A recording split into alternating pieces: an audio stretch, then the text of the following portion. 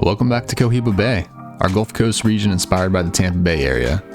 In our first episode, we successfully laid the groundwork, building up our tax base and adding basic services and industry. Today, we're going to accomplish two main things. First, we're going to continue growing our population and give the city a little character by developing a couple historical districts. Next, we're going to provide some much-needed education to our citizens in the form of an elementary school and a high school. Without further ado, let's jump into it. Before expanding, we're elevating this stretch of highway so that our surface streets can cleanly travel underneath.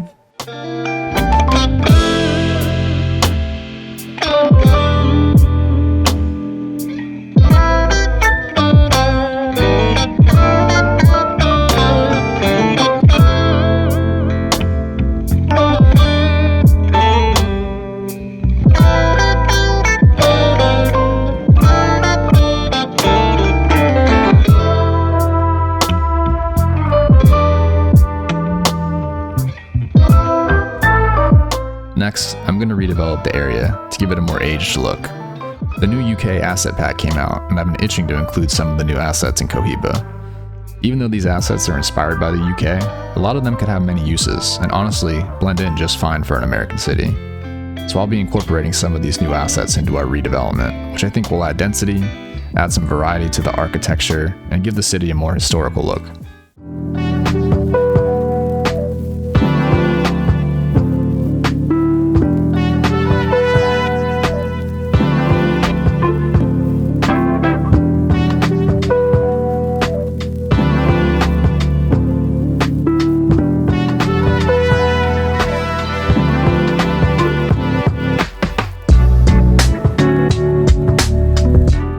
I'm using a combination of zoning types here to achieve a diverse residential look.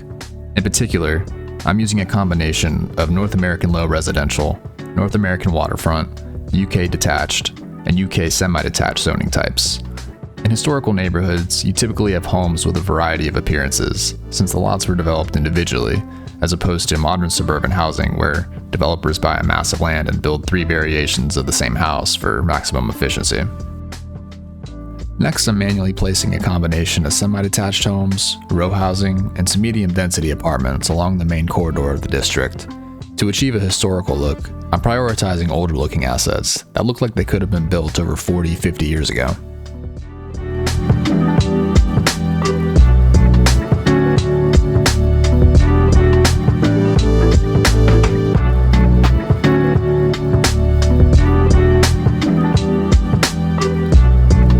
After placing all of the buildings, I spent a little time detailing, adding parking lots and filling in some of the empty spaces.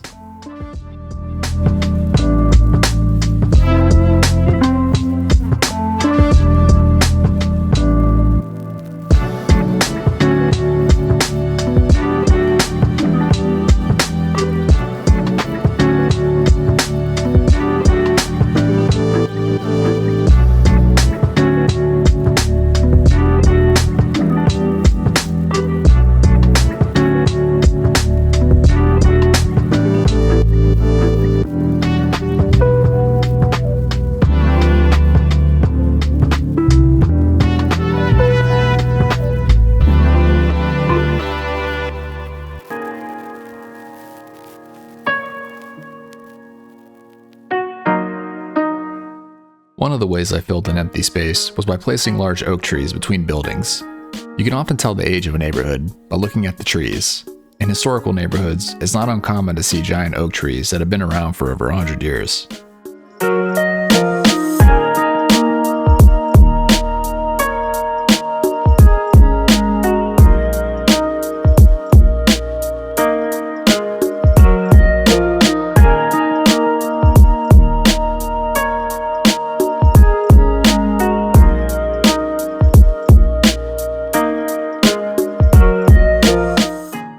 I think this redevelopment turned out nicely and really gives the appearance that this neighborhood has been around a while. Our next phase of residential expansion will take us north of the highway we just elevated. The inspiration for this area is the Tampa Heights neighborhood, which is one of the oldest neighborhoods in Tampa, dating back to the late 1800s. To achieve the historical look, I'll be replicating some of the techniques I just used by using a mix of zoning types and some of the new UK assets.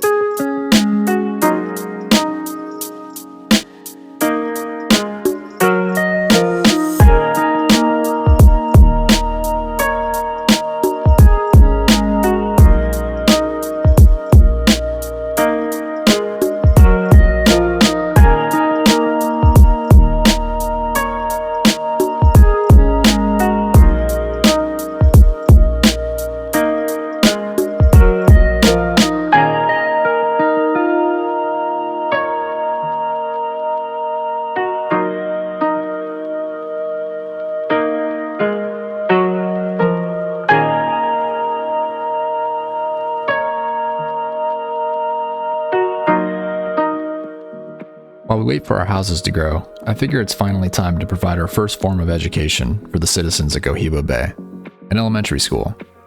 Placing the small elementary school, with a cost of $40,000 and a $5,000 a month upkeep fee, the price was just right.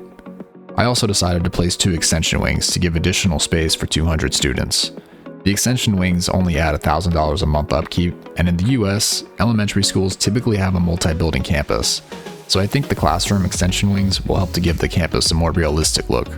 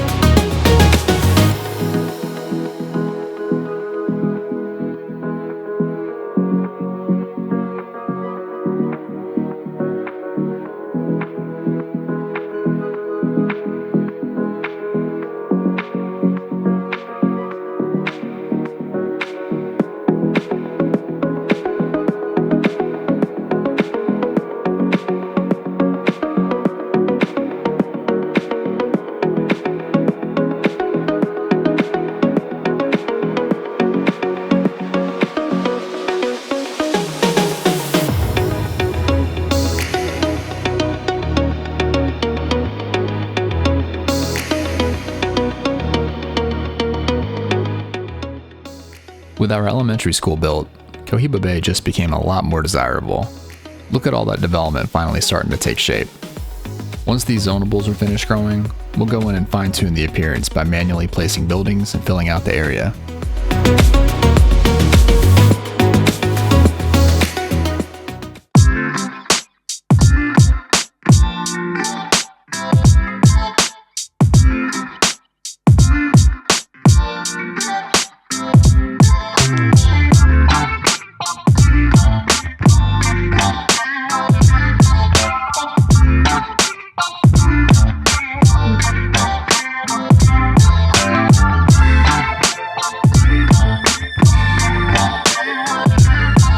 The majority of housing has now been built for our historical district. Now, we're finishing off the area by developing the main commercial corridor. As previously mentioned, we're basing the area off of the Tampa Heights neighborhood.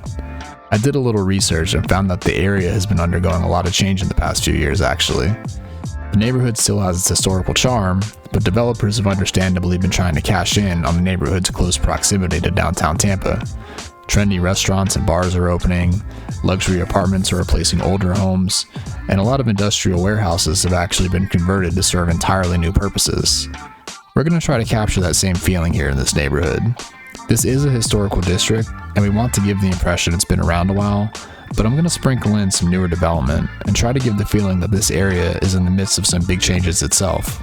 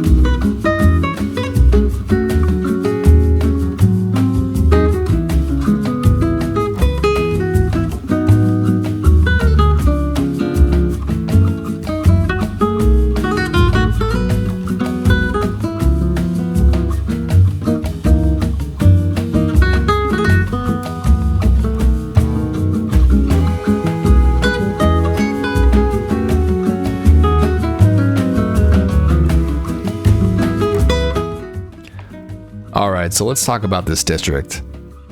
Does it look fancy? No. Does it have anything special about it? No, not really. But did we accomplish what we were trying to do? Yeah, I think so. I'm pretty happy with how it turned out, and it definitely fits the vibe we were going for. I will add that while I intended to have a couple empty lots, it was not the plan to have quite this many. A lot of the empty lots that you see were zoned for commercial, but we just don't have any commercial demand at the moment. At the end of the day, citizens are only willing to splurge on commercial goods when they have money left over at the end of the month. So we need to make sure we're creating a region that offers the opportunity for our citizens to create wealth. And one step we can take to help reach that goal is by furthering the education offerings. I think it's time we build a high school for Cohiba.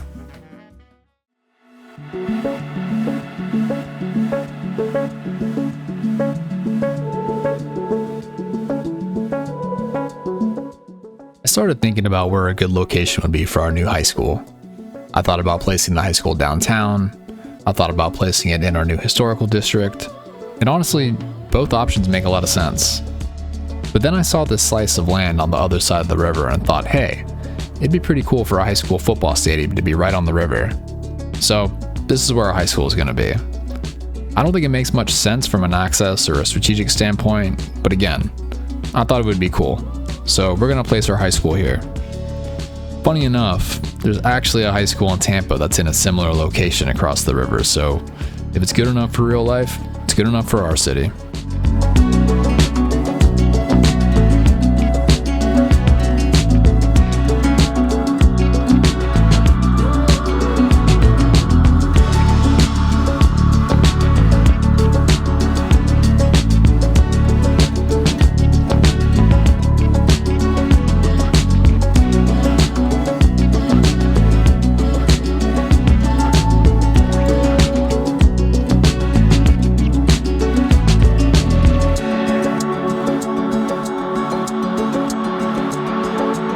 I decided to go with the new UK high school asset for our high school because of its sheer size. The campus has multiple brick buildings and a sprawling campus, which I think will fit pretty nicely.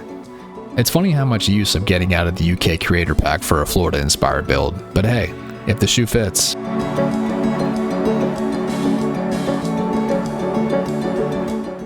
Since the sole purpose of us building a high school here was to build a football stadium along the river, that's going to be the first area we detail here.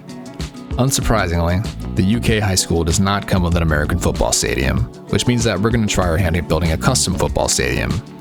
I've never created a custom sports arena, let alone a football stadium, so let's see how this turns out.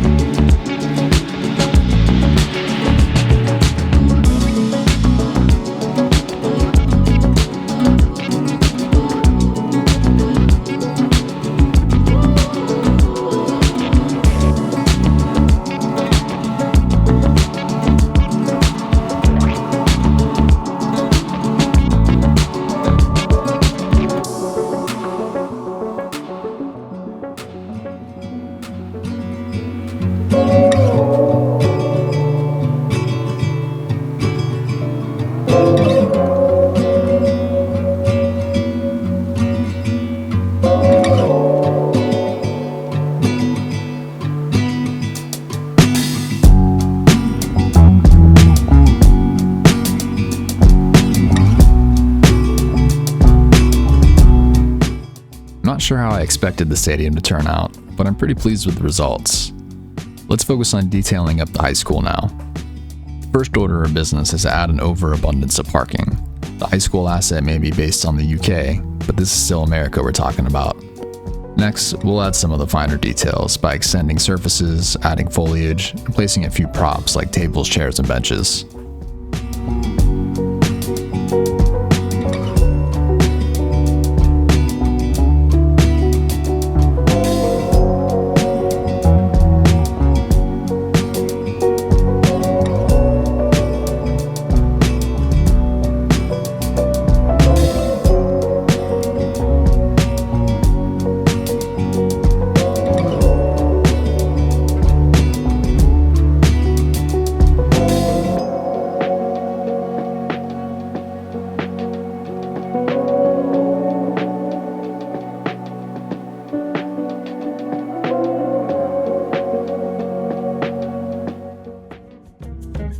After finishing up the high school, I realized I had lost track of the most important priority here, managing the city.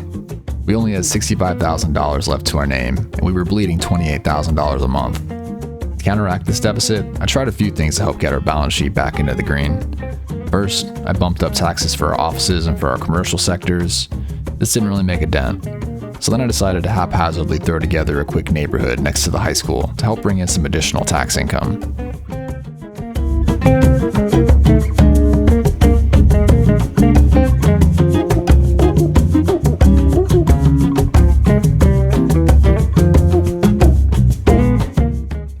Adding the neighborhood didn't help either, as we're still losing money at a decent rate, but I have a few other ideas to get this train back on track. I went to the services panel and remembered that we can lower the budget for certain city services, which means we're spending less, but it also comes with the disadvantage of reduced efficiency and effectiveness. I also raised customer fees for electricity and water. I'm sure our citizens don't appreciate it, but it's that or the city goes insolvent. After our wave of budget cuts and fee hikes, we're finally making money again. We successfully applied a band-aid that will prevent us from going bankrupt, but I don't want this to be a long-term solution. I'd love to get to a place where we can have lower taxes and cheaper service fees so that there's more wealth in the hands of the people that can be used to foster further development. The last step I'm taking for our budget is to add a little density, what will become our downtown core. As cities grow, the skyline tends to grow along with it, and this is how I want Cohiba's skyline to grow. I mentioned in episode 1 that our downtown will eventually look like a proper downtown, with high-rise condos and offices. This is true, but it isn't going to happen in one dedicated episode. Rather, our skyline is going to grow in proportion to our sprawl. I want the size of the buildings to fit the scale of our city in its current form. Since our population is a little over 4,000, we're not in a place to start plopping high-rises or luxury condos, but there's no reason why we can't continue to make use of row housing and add a few apartment buildings.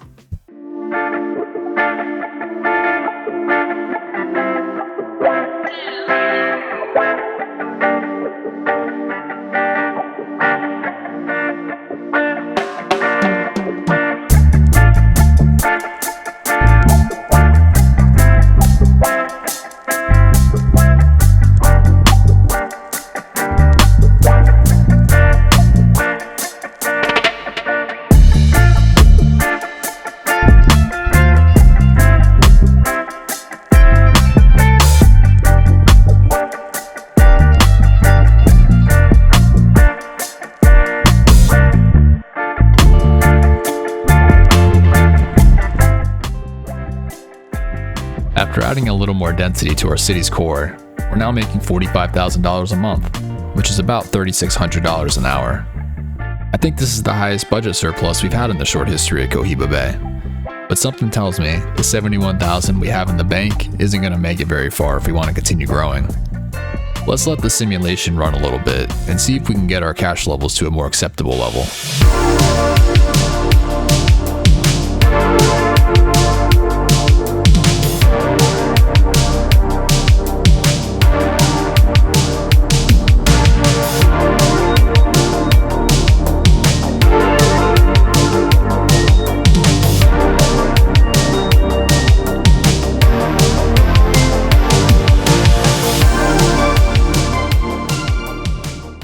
Alright, quick status check. Our population is up to 4,500, and our coffers are looking a little more cozy with $325,000 in the bank.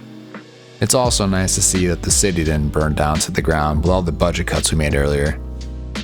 We're making almost $4,000 an hour now, so I think we're good to restore funding to some of our city services.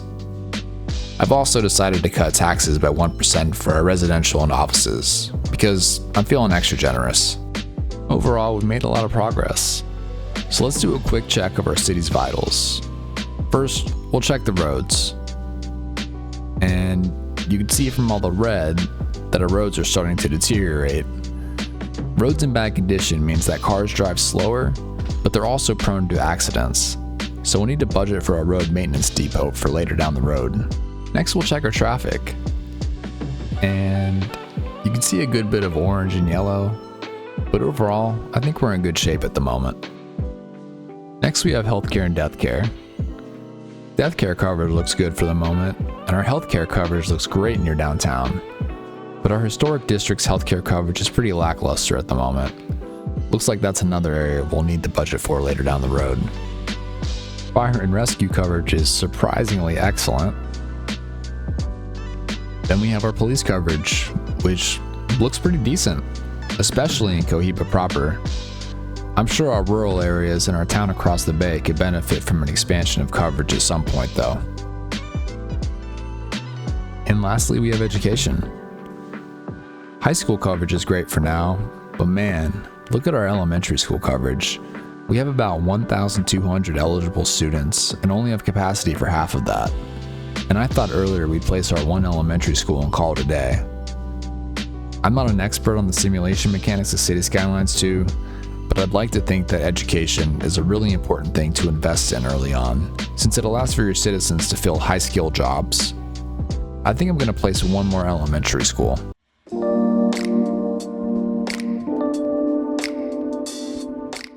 I decided to use the new elementary school from the French Creator Pack. I placed it right downtown. For an American city, specifically one based on Florida, maybe an elementary school with this small of a footprint placed right downtown isn't entirely realistic, but I really like the way the building looks, and I think it fits in nicely.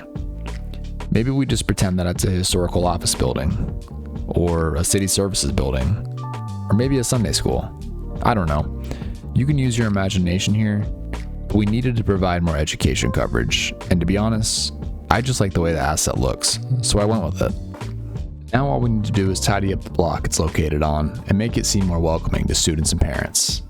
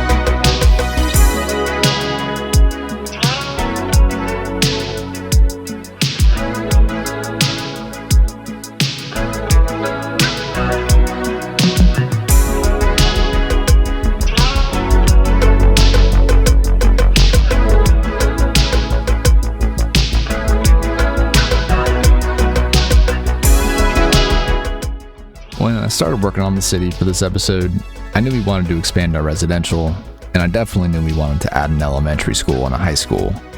But when you start building and zoning and your budget starts deteriorating and the needs of the city starts to evolve, you just can't really predict what's going to happen in the game. And it's fun to sort of shape the episode around what's happening in the city. So I definitely had a lot of fun with this one, and certainly hope you enjoyed watching. So thank you for tuning into this episode, and I'll catch you in the next one. See ya.